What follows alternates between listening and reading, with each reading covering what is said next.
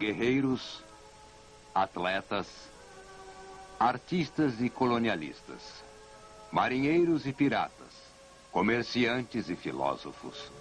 Os antigos gregos sempre eram criativos em sua constante busca por encrencas. E reconhecemos a nós mesmos em seu talento para a criação e destruição. A ascensão da civilização grega, neste episódio de A Tradição Ocidental.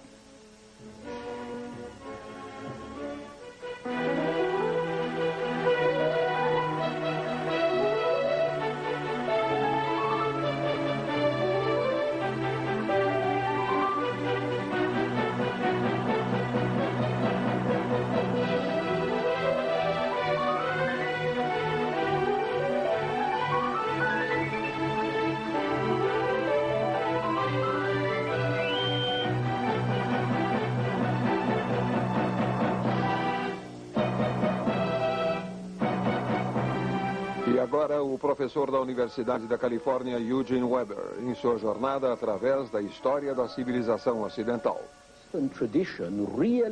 A tradição ocidental tem seu real início com os gregos.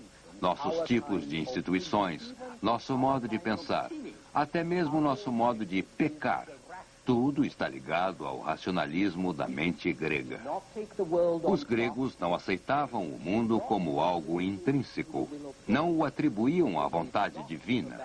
Não entregavam-se ao destino.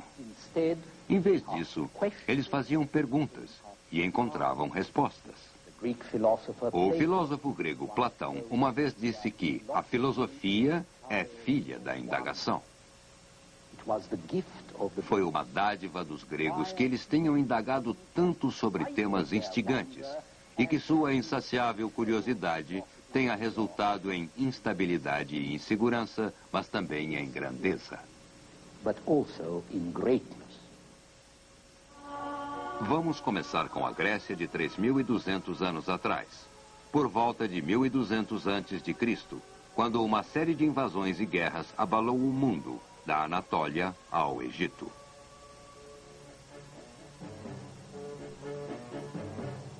Esta é uma cena de A Odisseia. Quase tudo o que sabemos dos 400 anos entre 1200 e 800 a.C. vem da Odisseia e de outro poema épico, a Ilíada, ambos atribuídos ao poeta grego Homero. O primeiro poema, Ilíada, conta como os gregos sitiaram e destruíram Troia, uma cidade asiática próxima do Helesponto. O segundo poema, Odisseia, mostrado neste mural romano, descreve o que aconteceu após a guerra de Troia, a Odisseu, o rei de Ítaca e um líder dos gregos. É provável que o mundo descrito nos dois poemas fosse similar ao real período entre 1200 e 800 a.C., uma espécie de Idade das Trevas. São trevas porque pouco sabemos dela, mas também porque a vida era mais brutal e curta que a média.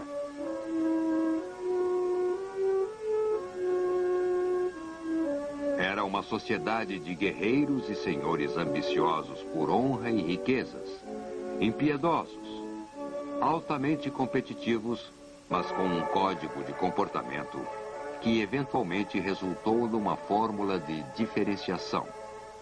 Heroísmo, nobreza, até mesmo cavalheirismo.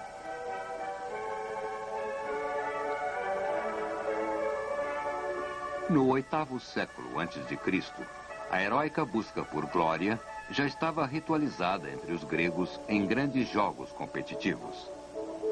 Sabemos que estes jogos foram estabelecidos em Olímpia em 776 a.C. O nome grego para os jogos era agon, a palavra para concurso ou competição, da qual se origina a nossa palavra agonia. A honra que se buscava era tão alta que nem a agonia, nem mesmo a própria vida, eram preços altos demais a pagar pela vitória. Por outro lado, Os atletas gregos eram tão realistas quanto materialistas. Eles enfrentavam a agonia da competição porque queriam ganhar prêmios. Um vencedor podia ser alimentado, vestido e até mesmo alojado às custas da cidade pelo resto de sua vida. E ele não teria que pagar impostos.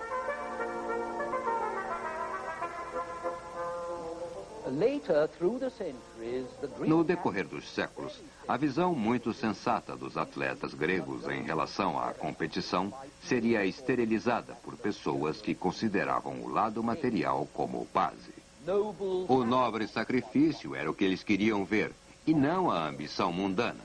E daí a imagem do atleta agonista que sofre em sua busca e que se tornou uma parte importante da cultura greco-romana. Ela foi adotada pelos primeiros cristãos, que eram parte dessa cultura, é claro, e que estavam engajados numa terrível luta contra o diabo e contra o mal. E mais tarde, seria revivida pelos protestantes no século XVI e pelos vitorianos no século XIX. E ela ainda existe hoje, como podemos ver na desaprovação dos torcedores quando descobrem que seus heróis são tanto homens de negócios como atletas.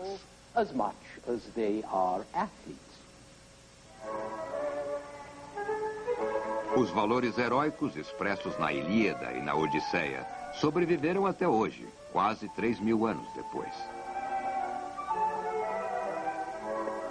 Mas isso não quer dizer que o herói de Homero seja como um cavaleiro medieval que se atira à batalha por uma questão de honra. O herói de Homero é nobre, mas também é esperto. Odisseu, que aqui vemos cegando o monstro cíclope, não é apenas um bom marinheiro e grande atleta. Ele também raciocina rápido e é cheio de truques. Um mestre na arte de enganar, como a deusa Atena conta aqui, mais como elogio do que uma recriminação. Atena compara Odisseu a si própria, dizendo: "Você é de longe o melhor dos mortais em ideias e palavras. E eu sou celebrada entre os deuses na arte e esperteza." E isso nos diz muito não apenas sobre os heróis gregos, mas também sobre sua religião. Seus deuses, como Plutão e Perséfone, aqui, podem ter sido sobrenaturais e super-humanos, mas, em geral, eram como homens e mulheres, com fisiologia humana e paixões humanas. Esta humanização dos deuses era algo novo. Uma revolução religiosa. Os deuses deviam ser honrados como se fossem homens, com palácios, como este na Sicília, onde poderiam viver e guardar as oferendas que recebiam, além de ser idolatrados. Mas somente os deuses podiam ser adorados, não os faraós, não os reis. Pois, ao contrário dos persas, os gregos não adoravam qualquer senhor, só os deuses. Então, pela primeira vez, o homem é a medida de todas as coisas, como afirmou o filósofo Protágoras, no 5º século a.C. Esta era uma afirmação extraordinária para um mundo em que homens e mulheres normais ainda pareciam tão insignificantes. E, provavelmente, sentiam-se assim perante um universo tão vasto, imenso e misterioso, sobre o qual eles não sabiam quase nada. Mas ainda na mesma era, surgiu o estadista ateniense Péricles, exaltando não apenas o homem, mas sim o homem livre e as vantagens da liberdade individual. Vivemos como cidadãos livres, disse Péricles, não somente em nossa vida pública, mas em nossa atitude mútua nos aspectos da vida diária. Não ficamos irados com o próximo se ele comporta-se como bem entende. Não o vemos com maus olhos, porque se isso não o fere, causa dor.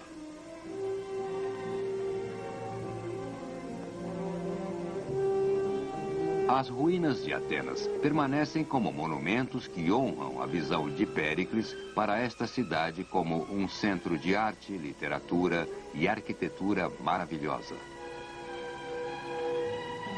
Mas Atenas era apenas uma entre centenas de cidades-estado da Grécia no quinto século a.C., e cada uma delas era chamada de polis, significando cidade e estado, mas também uma comunidade, um corpo de cidadãos, numa terra-mãe autônoma.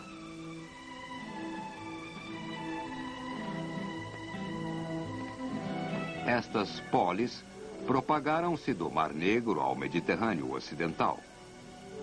A maior concentração ficava na Grécia continental, nas ilhas e na Jônia, costa oeste da Ásia Menor, onde as mais ricas e avançadas cidades cresceram nos séculos 7 e 6 a.C., por sua maior proximidade com o comércio e a cultura do Oriente Médio.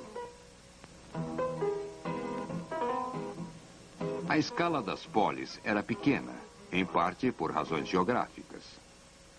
A Grécia, Jônia e as ilhas são como um tabuleiro de xadrez com montanhas, vales e pequenas planícies, que promovem colônias isoladas com mais acesso ao mar do que entre si. E assim, o mar tornou-se o caminho mais natural para os gregos. Era no mar que os gregos viajavam, comerciavam, atacavam e pirateavam.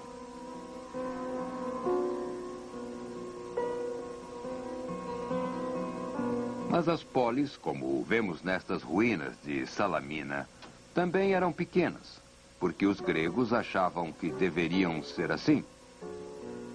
Platão pensava que a cidade ideal deveria ter 5.000 cidadãos, o que, na verdade, significaria uma população de cerca de 20.000 pessoas, incluindo alguns estrangeiros residentes. Mulheres, estrangeiros e escravos não tinham direitos cívicos na antiga Grécia, como ocorreu na maior parte do mundo até o século XIX. Em realidade, algumas polis eram minúsculas, e só 3 delas, no quinto século a.C., tinham mais de 20.000 cidadãos, ou seja, 100.000 pessoas, Atenas sendo a maior delas.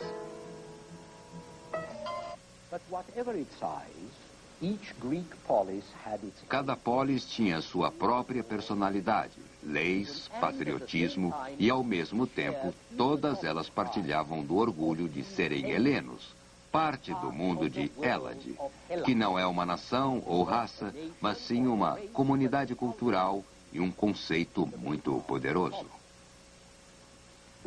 O mito homérico atribui a comunidade de Hélade a um ancestral comum, um herói chamado Heleno, ou Helenos, e, a seguir, ao esforço cooperativo na Guerra de Troia. Historicamente, no entanto, o sentido comunitário provavelmente ocorreu em consequência das guerras contra os persas. Entre meados do sexto século a.C. e o início do quinto, os gregos provocaram e rechaçaram o imenso poder do Império Persa.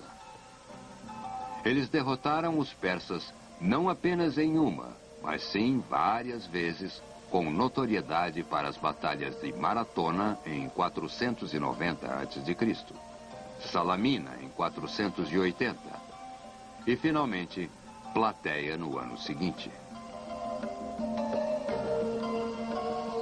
Maratona e Plateia foram grandes vitórias para o que os gregos chamavam de hoplitas, a infantaria disciplinada e bem armada em formação altamente concentrada.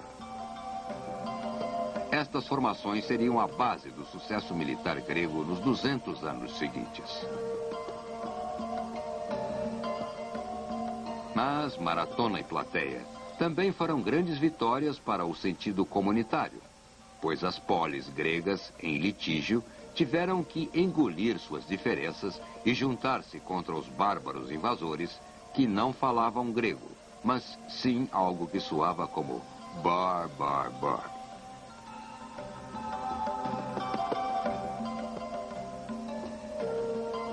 Como disse Temístocles, o comandante ateniense, após os gregos terem destruído a frota naval persa na Baía de Salamina.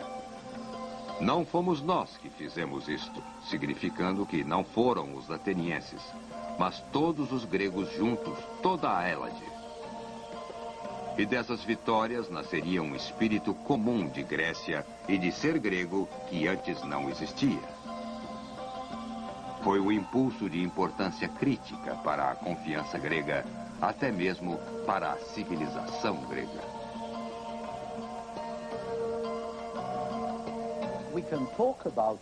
Podemos falar de uma civilização grega, pois apesar da dispersão geográfica, fragmentação política e constantes conflitos sangrentos, os helenos partilhavam de uma forte unidade cultural no idioma, em seus mitos comuns, em costumes similares.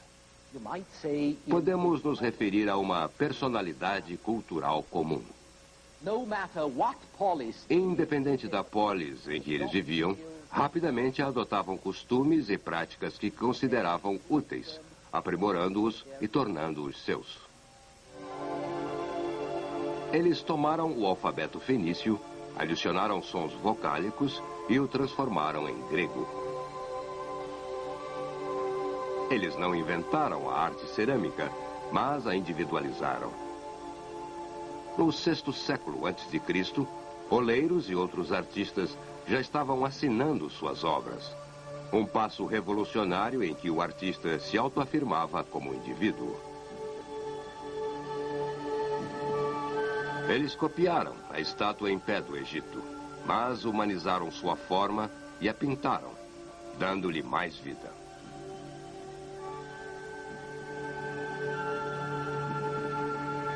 E eles também inventaram o nu como forma de arte, mais uma afirmação de confiança humana.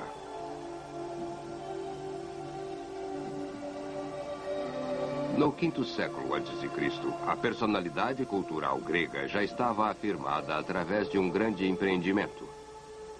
A Acrópolis, a cidadela sobre uma colina em Atenas. Em 480 a.C., os persas queimaram Atenas. E embora a cidade tenha sido rapidamente reocupada e remendada, permaneceu em péssimo estado nos 30 anos seguintes. Até que Péricles decidiu reconstruir a Acrópolis, que se tornou o trono dos deuses, com um novo grande templo, o Partenon.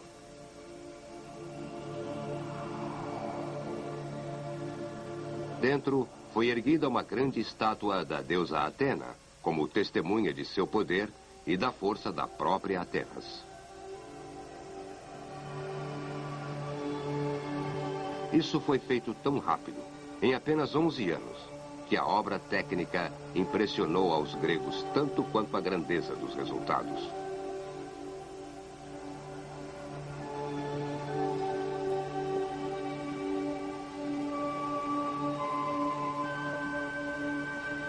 O homem que criou esta obra foi o diretor artístico do Partenon, Fídias, considerado um dos maiores escultores da antiguidade. Temos alguns dos grandes trabalhos de Fídias, assim como as obras de outros escultores no estilo de Fídias.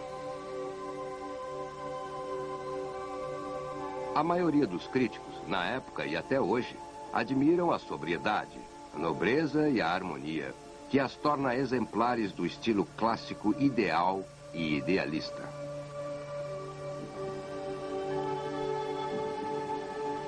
Esta é uma obra de outro escultor, Praxíteles, que trabalhou 100 anos após Fídias, em meados do século IV a.C. Praxíteles liberou as rígidas formas clássicas e deu-lhes mais calor, o que era necessário, como podemos ver nessa Afrodite de Euclides. Os gregos realizaram muito desde a época heróica de Homero, não apenas na arte e cultura, mas também em política. Uma palavra que obviamente é derivada de polis. Ao final do sexto século a.C., a maior parte das polis já havia abandonado o governo de príncipes e reis para experimentar outras formas. Houve a tirania, um tipo de ditadura constitucional que não era obrigatoriamente impopular. Houve a aristocracia, o governo dos melhores, ou seja, das maiores fortunas. Houve a oligarquia, o governo por uma minoria. E a democracia, o governo de demos, que é o povo, as massas. Mas houve combinações destas, como ocorreu em Atenas de Péricles. Em Atenas, todos os cidadãos tinham direitos iguais. Mas, como Péricles escreveu no quinto século a.C., quando um homem se distingue de alguma forma, ele é mais honrado na vida pública. Não por questão de privilégio, mas sim por reconhecimento de mérito. Por outro lado, ninguém que possa fazer o bem à cidade deverá sofrer com a pobreza ou com a obscuridade de seu cargo. Péricles não deve ser entendido literalmente, é claro. A aristocracia, na verdade, não era o governo dos melhores, mas sim de alguns poucos líderes tirados de velhas famílias ricas. E a democracia não era realmente o governo de todo o povo, mas apenas de alguns poucos milhares de homens livres. Mesmo assim, um ateniense pobre como Demóstenes pôde tornar-se um líder político no quarto século a.C. E através de seu sucesso, vemos que até mesmo um ideal pode definir valores e encorajar aspirações, que por sua vez afetam e mudam a sociedade.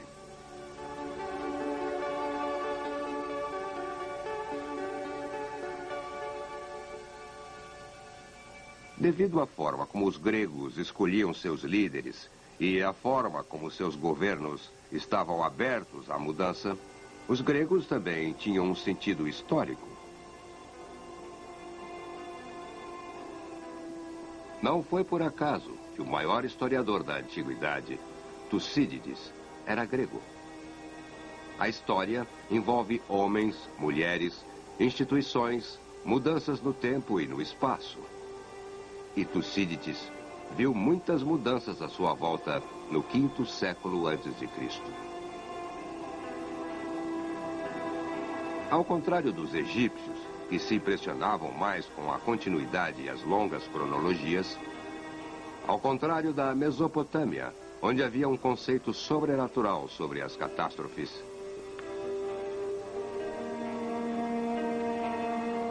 Tucídides estava mais interessado nas razões discerníveis para as ações humanas.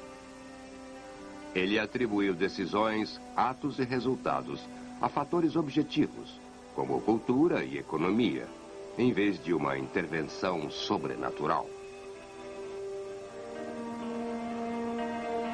Mas é claro que a maioria dos gregos não era tão objetiva. A maioria era de camponeses, pequenos fazendeiros, artistas e artesãos, quase sempre enraizados em costumes, superstições e mentalidade bairrista. Mas as invasões persas do sexto século a.C. e a grande luta nacional contra os persas no quinto século trouxeram a primeira noção de que talvez fosse melhor morrer do que ser um escravo. Que talvez fizesse sentido enfrentar a morte, não apenas para defender seu lar, mas também, por incrível que pareça, os lares de outras pessoas, até mesmo os lares daqueles miseráveis na aldeia mais próxima. Que uma humanidade comum, ou um helenismo comum, possa ser mais importante que seus próprios costumes e preconceitos locais. Também houve outros grandes homens que pareceram ainda mais importantes, os homens sobre quem todos falavam. Houve Temístocles, que comandou a frota ateniense na grande vitória sobre os persas em Salamina em 480 a.C. A vitória que salvou a Grécia. Houve Aristides, o Justo, um contemporâneo de Temístocles que administrou as finanças de Atenas e dos aliados, um homem honesto. Houve Milcíades, o herói da maratona, e Hípias de Mileto, que fez um desenho do mundo mostrando todos os países, cidades e rios. E Pitágoras, o sábio professor que descobriu tanto sobre números e sobre a maldade do mundo. O que havia nesses homens que os tornava tão diferentes dos agricultores que eles encontravam no Ágora, em dias de mercado? Era a Sofia, sabedoria. Arete, virtude. Estes homens famosos não eram mais fortes, maiores, mais ricos, nem vinham de berços mais nobres. Eram apenas sábios e, por isso, melhores. Mas se isso era um fato, não seria possível que outros se tornassem tão sábios quanto eles. Um camponês não poderia aprender? Muitos gregos acreditaram que isso fosse possível. E com essa linha de raciocínio, surgiu uma forma de encarar o mundo que ajudou a moldar o futuro curso da civilização ocidental. E é isso o que veremos em nosso próximo episódio.